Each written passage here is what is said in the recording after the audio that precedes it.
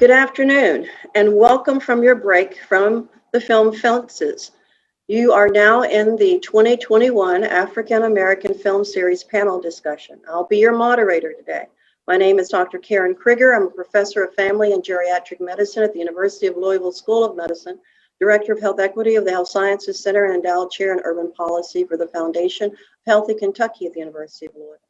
This series is in its third year. It's a collaborative venture between the Office of Diversity and Inclusion of the Health Sciences Center at U of L. Its partners include the Louisville Free Public Library and new this year, a partner, Lean Into Louisville. I'd like to thank our host, Paul Burns from the Louisville Free Public Library, for helping make this series happen each Sunday afternoon in February.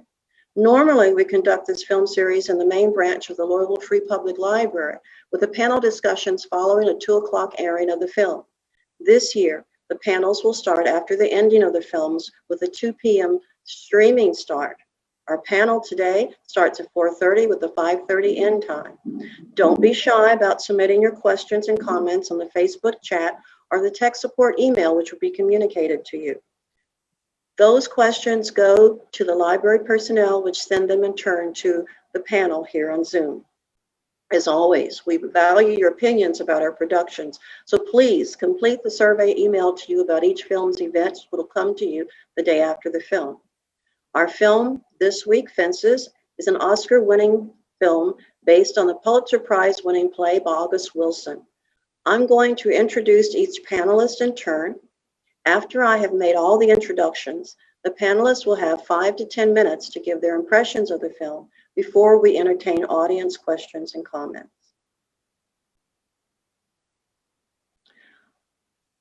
Our first person on the panel today is Professor Ariana Levinson. Professor Levinson is a fellow in the Rutgers School of Management and Labor Relations Institute for the study of employee ownership and profit sharing, and the principal investigator of a transdisciplinary U of L research team focused on cooperative economics. She's published 3 law review articles and several news and policy briefs about cooperatives. Her latest cooperative article, co-authored with one of the law school's amazing students, is coming in the Michigan State Law Review. She's also published 3 law review articles about labor arbitration and is a co-author of the West Handbook Principles of Arbitration Law. She's working on a series of articles about arbitrators' use of precedent, drawing on a newly created data set of over 500 labor arbitration awards, in addition to be writing about worker ownership and arbitration. Professor Levinson has also written a number of articles about workplace technology and privacy. She's a member of the Scholar Strategy Network, KEJC's Worker Rights Task Force, the Louisville Advisory Board for the Shared Equity and Economic Development 2019-2020 Fellowship, and the Louisville Association for Community Economics, and is the faculty liaison to the Peggy Browning Fund. She's the faculty advisor for the mock arbitration team and the Wagner Moot Court team. She's admitted to practice in Indiana and California. Prior to teaching at the Brandeis School of Law, she taught at USC Gould School of Law and the UCLA School of Law. She clerked for the Honorable John C. Davis, United States District Court, Central District of California, and for the Honorable Myra C. Selby, Supreme Court of Indiana, and practiced law, including serving as a fellow for the AFL-CIO's legal department. She graduated magna cum laude from the University of Michigan Law School, and during law school, she served as a contributing editor in the Michigan Law Review and was awarded the Robert S. Philbin Labor Law Award for the most outstanding work in that field. She's also received a faculty favorite award from University of Louisville Delphi Center for Teaching and Learning multiple times. When I asked her to be on this panel, it's because I was concerned about what were the laws of employment in the 1950s during our film Fences, and what are the current laws of employment that affects African Americans today. Our second panelist this afternoon is Professor Stephen Kniffley, PhD, and a lot of other things. Professor Kniffley has a Master's of Public Administration, and he is boarded in the American Board of Professional Psychology. He is the Spalding University's Chief Diversity Officer and an assistant professor in Spalding's University School of Professional Psychology. His area of expertise is research and clinical work with Black males in the treatment of race-based stress and trauma. Dr. Kniffley also serves as an organizational diversity consultant and works with law enforcement departments on addressing conflicts between communities of color and police officers. Dr. Kniffley has written numerous books, book chapters, and articles on Black male mental health, Black males in the criminal justice system, and academic achievement. Additionally, Dr. Kniffley was recently selected as one of Louisville's top 40 under 40 for 2020, as well as a recipient of the 2020 Metastar Healthcare Advocacy Award. And we are very pleased to welcome him to our panel as well. So we'll start out with Professor Kniffley. Can you give me your impression of fences? And you will have a time here. I'll wave my hand if it's getting to be a little bit long, because we do want to give our panelists their time, but we also want to give our patrons an opportunity to send their questions and comments in. And please, patrons, start getting those questions in now. Now, I asked Dr. Kniffley because if you've watched that film, you know there are a lot of dynamics with Black males in it. There is a lot of trauma, a reported sexual abuse later in the movie. He witnessed it. There were physical traumas of the past with our leading character, as well as physical trauma within the family structure. So Dr. Kniffley, what do you think about fences? Sure. Thank you much for having me on the panel and for an opportunity to contribute to such a meaningful conversation around such an amazing movie that does a good job of depicting the complexities of Black males, of Black relationships, and the dynamics that exist when it comes to the experience of racism and discrimination. There are a couple of different themes that really stand out to me. First, we can look at the system, then we can look at the family, and then we could look at the individual. And that's kind of how I'll structure my period of time. So when we think about the system, each one of the characters was operating with a dynamic of systemic racism and white supremacy, and that was significantly impacting their ability to achieve, to provide for families, to engage in meaningful self-determination, to find a sense of agency as well. And there was kind of like a ripple effect, because when one person was unable to achieve their agency, that had a significant role on how others within the family were able to achieve their agency and to experience self-determination as well. And so that's the kind of first meaningful point, is to think about how the system in which the narrative was being played out in regards to white supremacy and systemic racism was influencing the dynamics that existed between the various characters in terms of father and son, various partners, raising families, communicating messages related to racism and discrimination, communicating messages related to male dynamics, patriarchy, et cetera. Just thinking about kind of each one of those roles.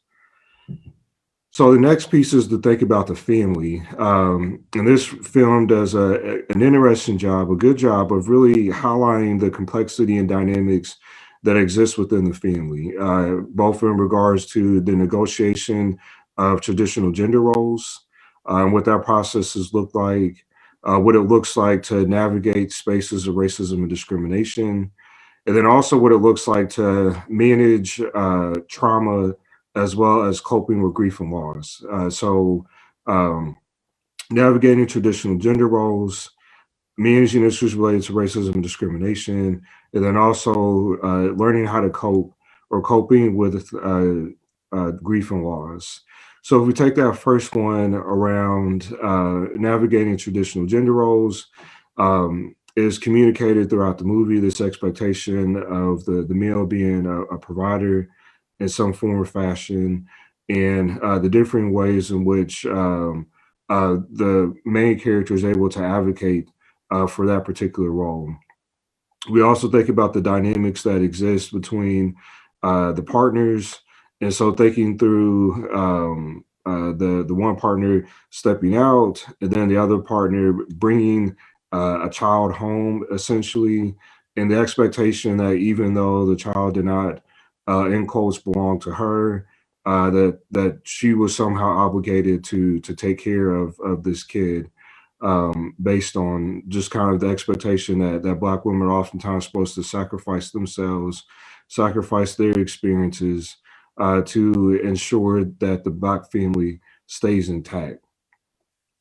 I think about, also what that kind of idea of sacrifice looks like on, the main character side as well when it comes to how he communicates certain messages to his son about how you have to give things up, in order to provide for family, in order to take care of family, and that really your role as the male is to protect the family. Which I think, if we think about the metaphoric idea of fences, that's essentially what the main character was attempting to do, was to build, a fence as a way to protect his family from, in quotes, death, to protect his family from systemic racism and discrimination like he experienced, and to protect his family from trauma as well, even though really by putting the fence around them, that actually trapped a lot of those dynamics within the family system. So thinking about, traditional gender roles, also think about the communication on racism and discrimination. So within Black families, we're taught either one of two types of messages when it comes to racism and discrimination. We're taught racial legacy messages, or we're taught messages around racial literacy. And so racial legacy messages are those messages that many of us hear, that you have to work twice as hard to get half as much. Just this idea that reminds us that no matter what we do in life, that things are going to be difficult for us as Black and brown folks. And I think these were the type of messages that the main character was communicating to his son, throughout the movie. The difficulty with those messages is that it really never tells you how to deal with it, right? It provides you no skill set in order to navigate spaces of racism and discrimination. Instead, it sets up this expectation that life is going to be hard for you, and there's essentially really no way that you can get around it. And so one of the ways in which the main character could have perhaps taken a different route is to encourage more of those racial literacy messages.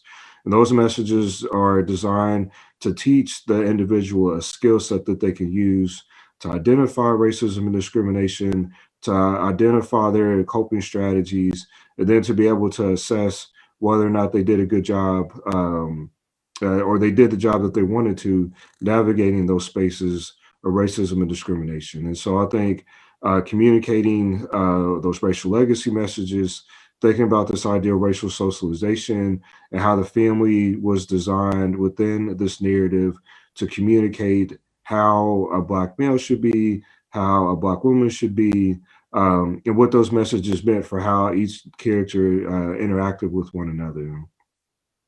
I think there's also a conversation around generational trauma here, because in a lot of ways within Black families, we talk about, family secrets, we talk about generational trauma, we talk about that idea of, racial socialization, and about how all those dynamics play themselves out in regards to how, the main characters all kind of negotiated their spaces with one another. And in a lot of ways, that same generational curse between the main character and his father ultimately end up playing out between, the main character and then his son as well.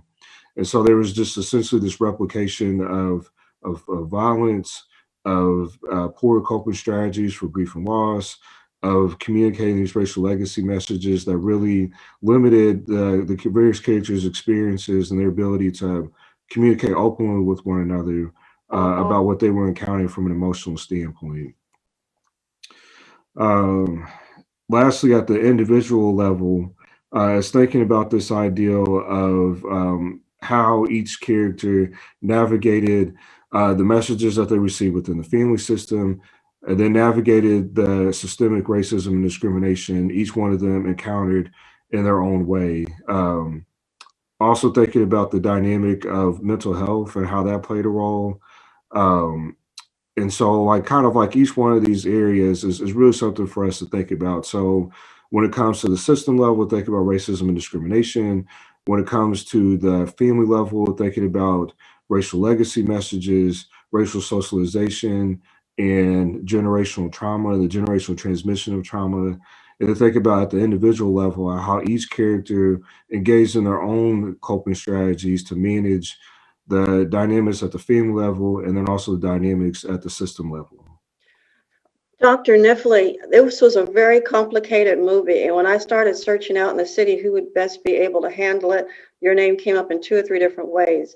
I appreciate the conciseness of you distilling all of these ideas. Got to get back to you. But first, Professor Levinson, tell us about employment laws. I know that you're ready for this. This is your specialty. So good afternoon, everybody. I'm sure you learned a lot from Dr. Kniffley as I did. My role here is to talk about what the laws that may have governed discriminatory conduct at work would have been like in the 50s, and what the laws like today in terms of discriminatory conduct in the workplace. But I'm hoping we can talk about 3 subjects. One is who were the people that were working in the film? Because when we think about the film, we're immediately, the very first scene, we find out that Troy is being discriminated against. He and all his Black coworkers are only permitted to collect, and they are not permitted to drive. And so that scene, the whole movie opens with this, what Dr. Kniffley says is a systemic discrimination issue. And then though, there are a lot of other people, if you start thinking about it, who are working in this movie.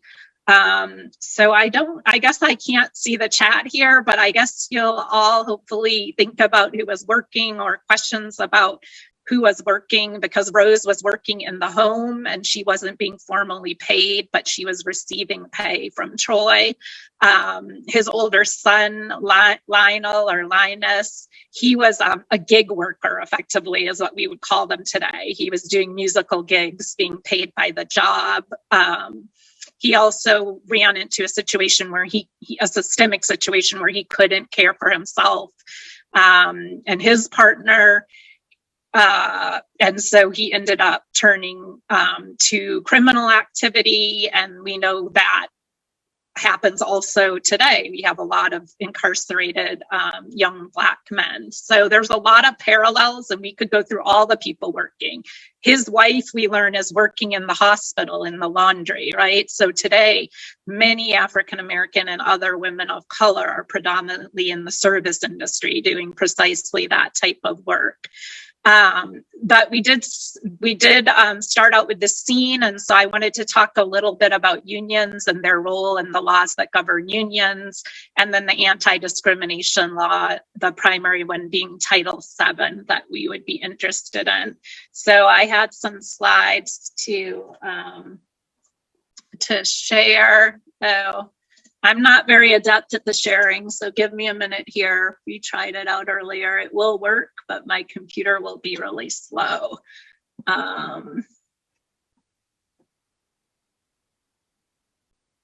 Just give me a second here. So hopefully some of you are starting to see it, depending on We can see it, yes. Yeah, your connection, and then if I can get it to load up. So the first thing I wanted to talk about was that I couldn't really tell from the movie whether he was working for the government or whether he was working for a private company, but I believe he was working for the government because of the fact that they said he was going to the commissioner and the commissioner was going to decide, right? So the scene opens up, all the Black men are collectors, only white men can drive. And he complains to his boss, I think Mr. Banks, about this. And Mr. Banks directs him to the union. So he goes to his union and he files a formal complaint for discrimination.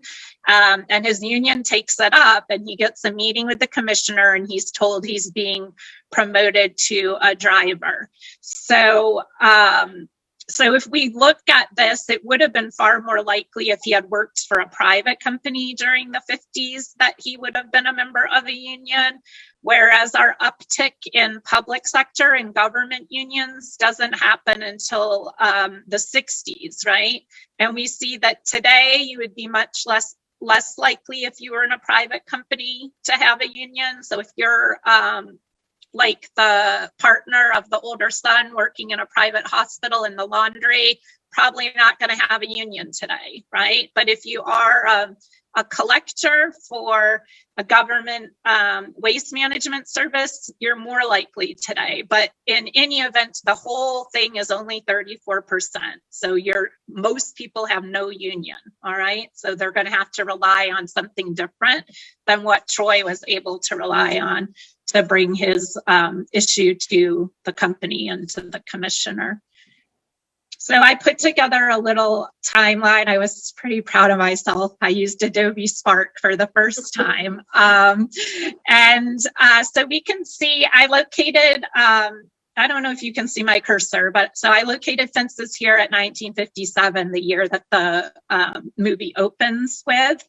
And so you'll see before this, the labor laws, the laws that enable people to work together, to join a union, and to file grievances when they are discriminated against through their union. But we know that this is very complicated because a lot of unions discriminate. We see this happening today with the Fraternal Order of Police in Louisville. We just had the report from the audit. And one thing that they find is that it's very difficult to be a person of color working for the LMPD.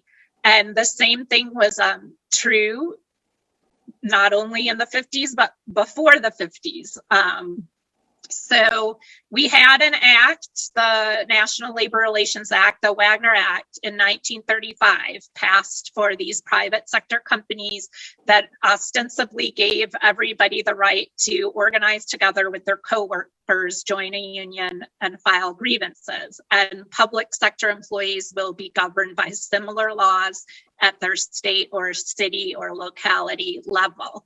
So we have that. It enables that facially, right? We have World War II, which is mentioned a lot in the movie, and I think is significant in that more white women went into the workforce at this time, but that didn't necessarily translate over to women of color who were in the workforce in service-oriented jobs and in people's homes. But we had a lot of organizing here, and this is before what we think of the civil rights movement that resulted ultimately in the 1964 Civil Rights Act. So we had the Fair Employment Practices Committee. So we know that A. Philip Randolph was organizing workers and trying to get Black workers protections in this way. And at the same time, Charles Hamilton Houston was taking a more incremental approach, and he was trying to get protections through this Wagner Act, not just for white unions, not for the unions that were keeping Blacks out and excluding Blacks, but for those who are in the Black unions as well. And so this is all going on. In 1944, we have this major case where the Supreme Court, the Steele versus the Louisville and Nashville Railroad. And in 1944, the Supreme Court says your union cannot discriminate against Blacks. You cannot say we're going to represent the white people, but we're not going to represent the people of color, that would be a violation of this National Labor Relations Act. So that's the context then in 1957, is that according to the law, the union now does need to represent the Black workers who are in the union, not only the white workers who are in the union. And so to that extent, that's an accurate portrayal of how Troy would have been able to proceed, would have been through his union. But nowadays we saw the chart, there's only 34% of people who are in unions. There are higher percentage-wise of Black Americans in unions than of white Americans in unions. So they do have some protection still today through unions, but not the major protection. The major protection is through the Civil Rights Act of 1964 and specifically Title VII. And this is actually the law that provides an individual the right not to be discriminated against on the basis of race. So if this case had happened today, Troy he might have still been in a union. He might have been able to go to his union. His union might have processed his grievance. It may not have processed his grievance, but he would also be able to go to the Equal Employment Opportunity Commission or to whatever the Pennsylvania state equivalent is, and to file a claim under Title VII of the Civil Rights Act that he and his Black, he could probably do a class action, right? He and his Black co-workers were being discriminated against. So this doesn't come until after the movie, right? And then after that, the Wagner Act is actually limited. So there's not a possibility today because of this Imperial Catwell versus Western Addition case. What happened there is it was a supermarket. The people of color were, like what happened to Troy, they weren't being promoted. They were working at the shop floor, but they couldn't be managers. You know, there was systemic racism going on. And what they did is they tried to grieve it through the union, but the process was very slow. So they decided to go outside and to protest and to picket. And they did this and they were terminated. And ultimately, the Supreme Court held that the Emporium Catwell could terminate them for demanding to bargain with the employer outside of the union's process. So what that means is that while in 57, the union would have been probably the only avenue to try and raise this issue, today, the Civil Rights Act would be the better process to use. And obviously the civil rights movement is going on during this time period. So it's not like this is just a blank. I put in the key cases about labor and employment law. I didn't time myself, so I may be going over. Dr. Krigger, you can let me know. You did a great job with a very complicated topic.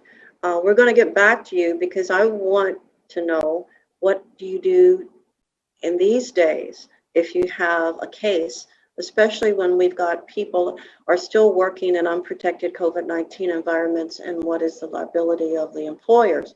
But Dr. Kniffley and Professor Levinson, let us talk about some of the questions that are coming in through our chat. One of the questions that has come in, it was the very first one, so I think this person's been thinking about this for a while. How realistic was the movie? I was born in 1941 and remember seeing in the county courthouse the whites only sign on the cooler water fountain and the uncooled faucet for blacks. Were there black garbage truck drivers in the 1950s? Don't know. Who wants to take on ownership of that?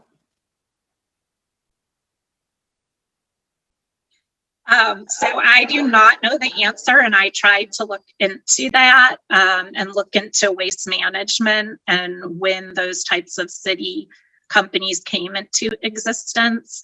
And I was thinking it would be a great PhD project for a historian to look into how, did Pittsburgh have anything like this at that time? I know the author was from Pittsburgh and that the movie was set in Pittsburgh. Because I was really curious about that. And I unfortunately don't know my history and definitely don't know my history about Pittsburgh well enough to answer the question. Thank you. I have another question here.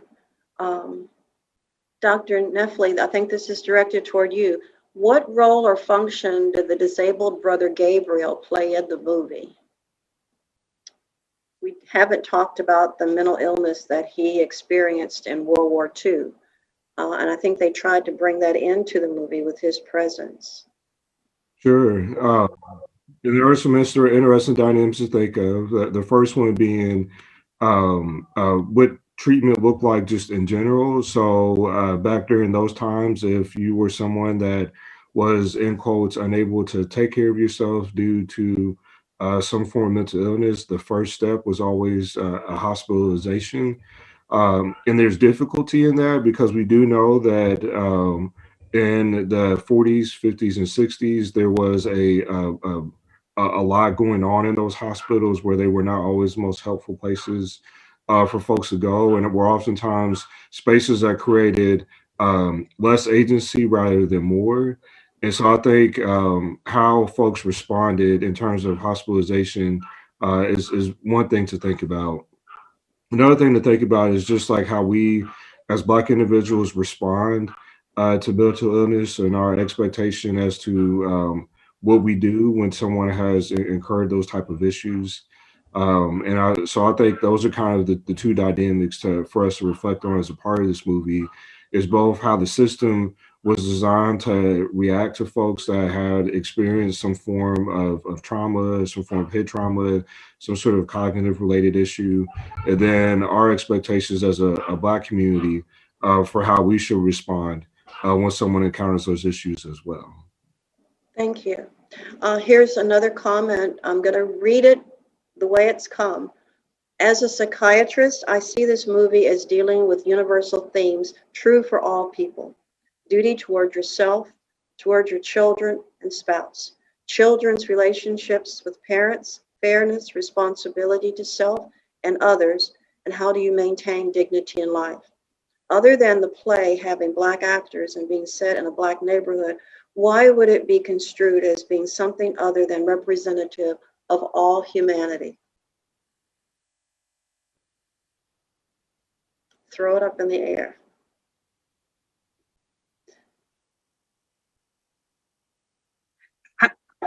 I think it's both, right? It's not either or.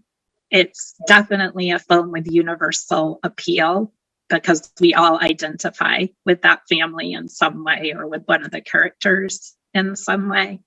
But it is also distinctly about an African American family and the situation that it opens with, which is just blatant systemic discrimination. And nowadays, under Title VII, it doesn't even need to be intentional discrimination the way we hear it does with the Constitution often. It's if it has a disparate effect, if it impacts one group of people because of their race or their gender, their nationality differently, then that's not lawful. And so I think that those barriers were particular to African Americans and tied directly to the history from slavery to where you're owned to master servant, where you're technically rented, right, to employment at will, which is what most of us have today, where you can be terminated for no reason or any reason at all. And so I think, yes, it's both. It's universal. We all identify with it. And it's very much about a Black family and issues of race that are faced particularly in the workplace, but as Dr. Kniffley has brought to our attention in so many other ways as well. I was struck by having grown up in the 50s in such a neighborhood before open housing. I was picturing redlining. In a white neighborhood, you would have a choice of where you were going to live, raise your family, and your opportunities. But in the 50s, African Americans were restricted to where they could live and what services were available in those areas. And the redlined neighborhoods, even though that process stopped in 1951, and it was a federal program for the redlining, the consequences of those neighborhoods still exist and influence health of the citizens that live there. Dr. Kniffley, I hopped in there and I may have stolen something, so I'm gonna give you back your thunder. Do you want to comment on this? You can never steal my thunder. We're here to share it together, so no worries about that. I appreciate the perhaps the value behind the comment that was made by the questioner. I struggle a little bit with the perhaps the limited recognition of the what's and the why, the hows and whys that would contribute to the unique experience connected to these particular individuals. So why was this family in this particular neighborhood? Why were the dynamics between the son and the father playing out the way that they did? Why was the person injured in the first place in the war and all those type of things? Why did the individual, the main character, have to fight against racism and discrimination on his job? There are a lot of whys that would not be answered in the same way if this was a white family, even if they encountered, even if they were set in the same type of situation within the same type of dynamics. So that why is important. And then the how, right? So how did these things impact the lives of these Black and brown folks in a way that is different than perhaps would have been the experience of white individuals in a similar circumstance, in terms of if there was no racism and discrimination that these individuals were encountering, if there wasn't a legacy of racism and discrimination that limited access, the limited voice, the limited choice in the same way. This person, the main character was affiliated with a union piece, but we also recognize that for a very long period of time, unions were exclusionary towards Black and brown folks. And so, would this person have not had to successfully sue if that job perhaps would have already been accessible to them? So that why and that how, I think, would be answered differently if this was a white family as opposed to a Black family, which then contributes to the what. So what does that mean in regards to the dynamics that existed between the main characters, between the spaces in which they lived, and the difficulties they encountered in the job, in the sports arena, and then ultimately in the academic setting as well? Like, I think those questions would be answered differently if we were talking about a white family versus a Black one. That baseball that he had in his backyard was so telling to me. He had a dream. He wanted to play Major League Baseball, but he came along too soon for the changes that were happening. So had he been a white baseball player, he might have been able to have had those advantages. Somebody sent a question here to me. The film shows billowing smokestacks and other environmental pollution. Can you discuss how environmental impacts Blacks differently in urban areas? It still happens in Louisville today. It's not just in Louisville, it's every major city in this country. So the redlining allowed residential housing for people of color, but it also zoned for industry.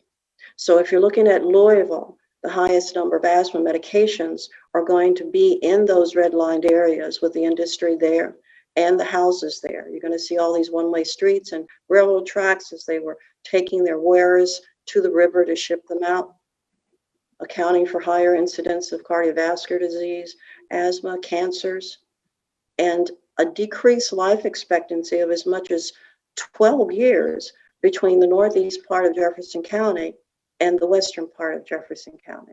So that wasn't just Louisville, although we're living in an example that people can see, but those discrepancies in health outcomes, those differences in life expectancies, mortality, and chronic disease are still reflective of those practices of restricted housing. And we see that heightened with COVID-19. What we see is an increased mortality of African Americans from COVID-19, and that's not just African Americans. I have to say people of color, because we're seeing it also in Native Americans, and we're seeing it also people of color. People are coming into the hospital being treated the same way with COVID, but not coming out alive, having higher death rates. And they're coming in with higher comorbidities, hypertension, hyperlipidemia, obesity, diabetes. Anyone else want to jump into that? Because I might get on my soapbox and you'll have to tell me to hold up. I know a little bit about Pittsburgh, and the Hill area where the family was living is the same area where the steel mills were. So I think it's similar to the dynamic that Dr. Krigger tells us about here in Louisville. Okay. I'm going to throw some more questions here. One of the questions that I have for Dr. Levinson is, they just passed our President Biden signed an executive order, and it had to do with employer and employee rights under COVID. Can you speak a little bit about that? Because we still have so many people of color working jobs that they cannot work at home, that they're actually in a workplace where they have exposure to COVID-19. And we've seen in the past couple of weeks in our Courier Journal that African Americans represent 8% of the state's population, but they've only received 4.3% of the available COVID-19 vaccines. And we also know that we have data that there is a greater percentage of people of color working not at home, but on the front lines and not receiving maybe adequate PPE. Right. So in terms, I think this issue is much bigger than employment because it goes back really to the whole problem of systemic racism that we have in the country. And it's very upsetting, I think, to many of us. You know, people working in the meat packing plants, they're predominantly Latina, people of color, at very high risk, but not getting vaccines, while we have maybe people in urban areas who have better access to the vaccine. We had stories of people going to Walgreens and getting the vaccine out of order, people trying to sneak in at Broadbent Arena. So I don't think employment laws can probably really address the root cause of the problem, but we should. So the president has directed that OSHA, the Occupational Safety and Health Commission, which is the federal health and safety entity, that they should issue some type of emergency regulation that's specifically about what employers need to do to protect their employees.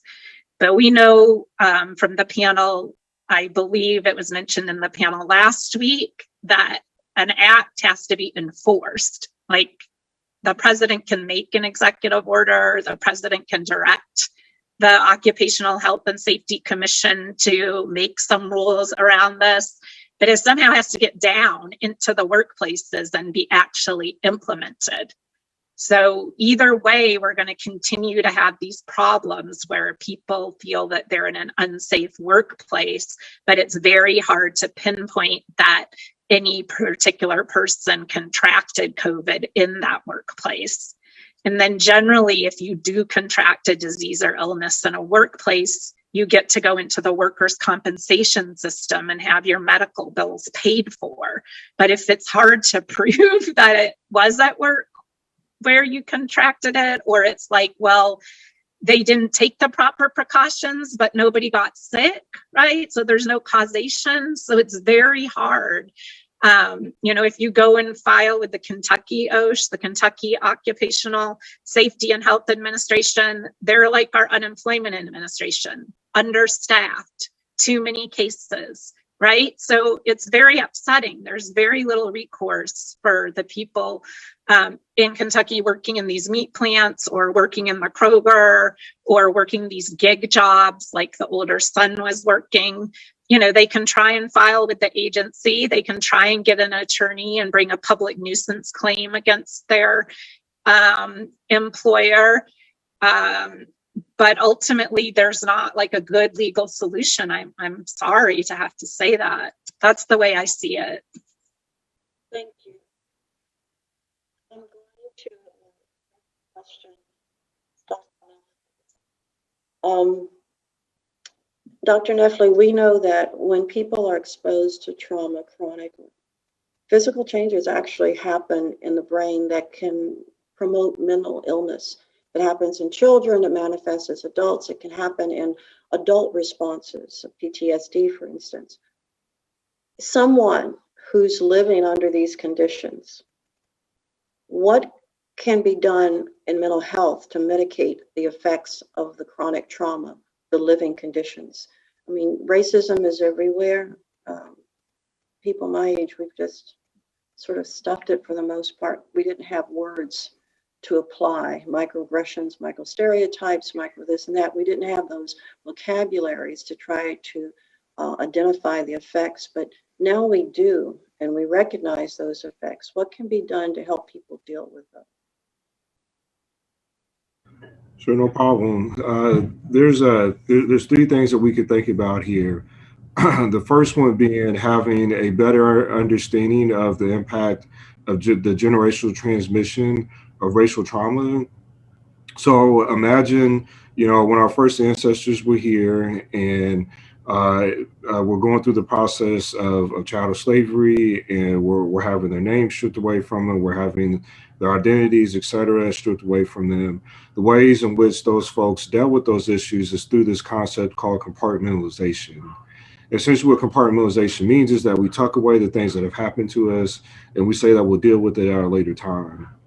The difficulty with engaging in that approach is that because of the atrocities that happen and continue to happen to Black and brown folks, there's never a good time to deal with those things. And so instead, we just tuck that away in boxes, and then we actually just pass it on to the next generation of folks, who then engage their own process of compartmentalization, pass on their boxes, et cetera, to today's time, to where we now have a generation of folks that are holding 6, 7, 8, 9 generations worth of generational trauma in the boxes that have been passed down to them. And so I think that's the first thing we have to recognize, is that many of the issues that a lot of us are experiencing have literally been encoded in our DNA. This is the boxes that have been passed down to us, and our bodies and our minds and our relationships, we're all responding accordingly. So there's a generational trauma piece. The next thing to recognize is the importance of messaging. So I mentioned before this idea of racial literacy versus racial legacy, and reminding ourselves that we really have to engage in the process of helping our young folks and helping ourselves to be able to accurately assess when racism is happening, being able to identify our ability to do something about that racism and discrimination, and our ability to assess that we've accomplished our goal there. And so leaning out of those racial legacy messages and leaning more into those racial literacy messages. So thinking through this idea of exploring generational transmission of trauma, so knowing that everything we're experiencing is because it's been passed down through us through the generations, recognizing that we need to communicate more racial literacy messages rather than racial legacy messages. And the last piece is realizing that we can buffer ourselves against the experience of racial trauma, against race-related stress, against a lot of the environmental indignities that we're experiencing through microaggressions by having affirmation in our racial identity. This is an important time more than ever to recognize that there is something beautiful, there is something awesome, there is something amazing about being a Black or brown person, and that no matter what society has told us in terms of being seen as dumb, deviant, and dangerous individuals, that we have something and have continued to contribute something meaningful to not only our communities, but society as well. So making sure that we're engaging in the meaningful process of affirming that being Black is good and that there's something valuable connected to it as well. It's an awful lot of work to put on marginalized communities that have those issues. I want to flip the script a little bit and talk about implicit bias. And if our patrons haven't taken the Harvard implicit bias test, we all have implicit biases, but unless we are aware of what they are, we can't change the dynamics of what we're seeing in the American culture. Yeah, our next movie is Good Hair, and I think it's going to deal a lot with the issues that you've brought up, Dr. Kniffley. I want to go back to Dr. Levinson and ask, if you suspect that you are engaging in a case of employment discrimination, what do you do? How do you handle that? Where do you go?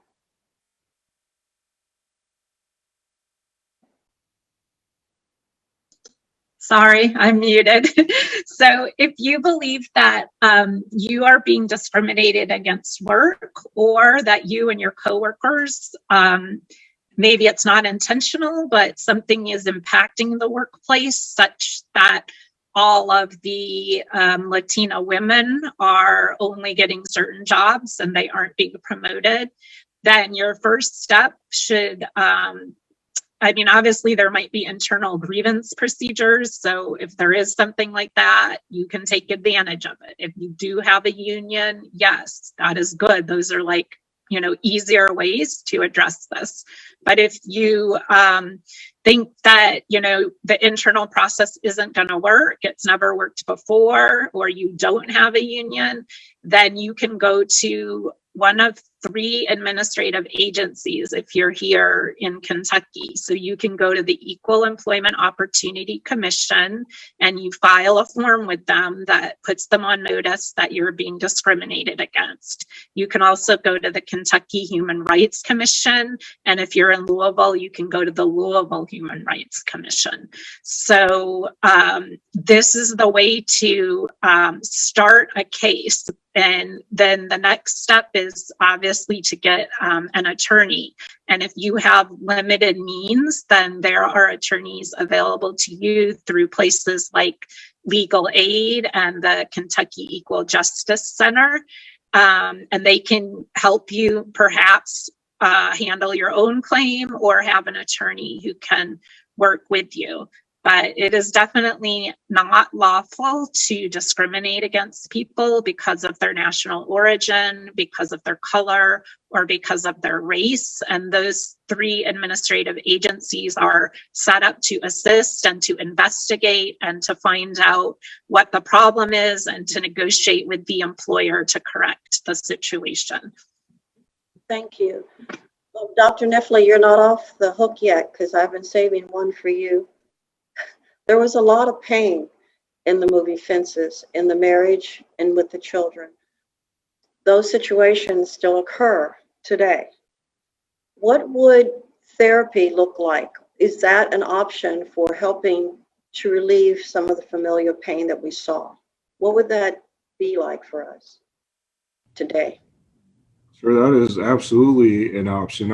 As I, reflect on the movie, I do wonder how things might have been different if the father and son would have had a space to talk about their dynamic, if the father would have had a space to process his encounters with death, in quotes, with grieving and loss around not making it to the major leagues, with grappling with racism and discrimination.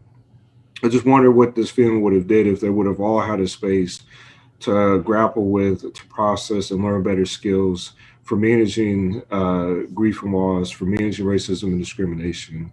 So I think when it comes to this particular family, the process would look like making sure that everybody has a space to have voice, to essentially emote, to put it all out there, to say that this is kind of what I've been experiencing in the situation.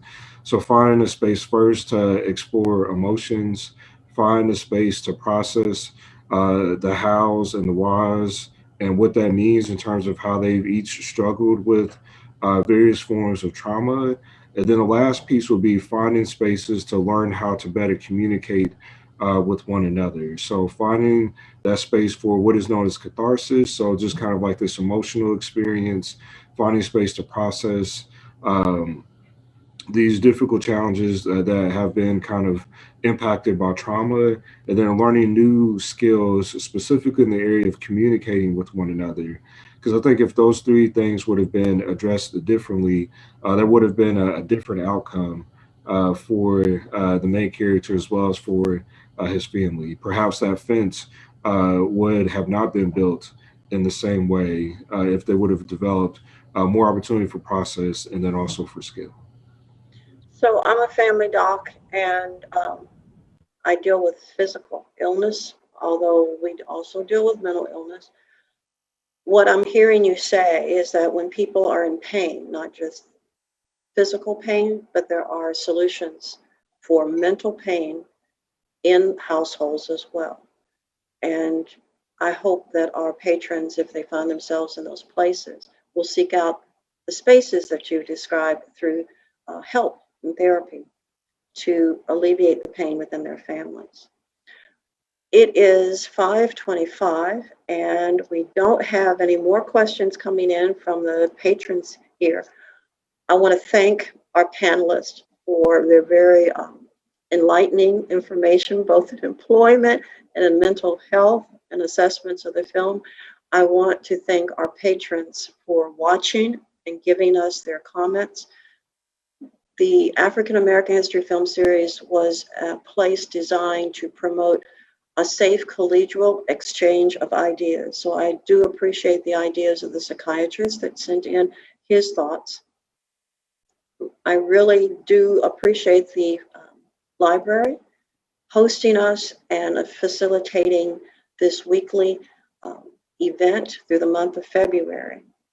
And I have a question that's just popped up, so I'm going to stop what I'm saying. Are Black families receptive to mental issue therapy? I'm going to let you handle that, Dr. Kniffley. Sure. So Black families still struggle to engage with the process of therapy, but those numbers are increasing. We have to remember that for a long time, psychology has not had a great encounter with Black families in terms of diminishing our intellect, in terms of perpetuating racism and discrimination, and then also just the stigma oftentimes connected with having a mental health related issue. And the last piece is just feeling like most of what we talk about within the family should also stay there as well.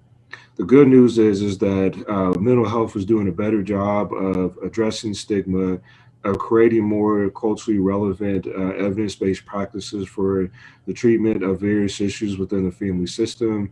And then also is just recognizing and acknowledging the negative role that psychology and other mental health fields have played when it comes to the experience of Black and Brown folks when it comes in regards to mental health. So not as many as there should be, but much more than there used to be. And there's also the question of resources, but whatever your insurance is, whether you're private pay or Medicaid or uninsured, there are resources for mental health in our community. There may be a waiting list. There may be different avenues that you can assess that. I encourage people to reach out for that. Our next film, which is going to be on February the 21st, is the movie Good Hair that was released in 2009. This is actually a documentary, despite the fact that Chris Rock is the one who is giving the information and going through the issues of hair and Black culture. His 4-year-old, he has a set of twin girls, asked why she didn't have good hair. And so he embarked on this journey of what hair meant in the Black culture. It's a PG-13. It lasts 1 hour and 36 minutes. If you start the film at 2 p.m., the panel will begin at 3:45 next Sunday. The event will end at 4:30. If you've not registered, remember film registration closes at 4 p.m. on Friday, February the 19th. There are limited virtual seats available for each of our films. You can register through the Louisville Free Public Library website, https://www.lfpl.org/AAH, that's African American Films, and you can register that way or just go to the Free Public Library website.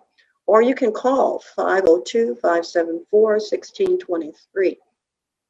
If you do not have a computer, the library computer systems are open by appointment. So you can call and make an appointment to get on the computer to register. If you don't have an email address, they can assist you with that, and then you can make your appointment for the day to watch the film, to view it, and to participate in the panel. And if for whatever reason you can't view our panel live, it is on demand on the Free Public Library website so that you can watch our panel discussions at a later time. Again, I want to thank our patrons, our panelists, library, Paul, and everyone involved in this production. And happy Valentine's Day to everybody. If you've forgotten somebody, make sure you make up before midnight. And we'll see you next week for our African American History Film Series. Thank you very much.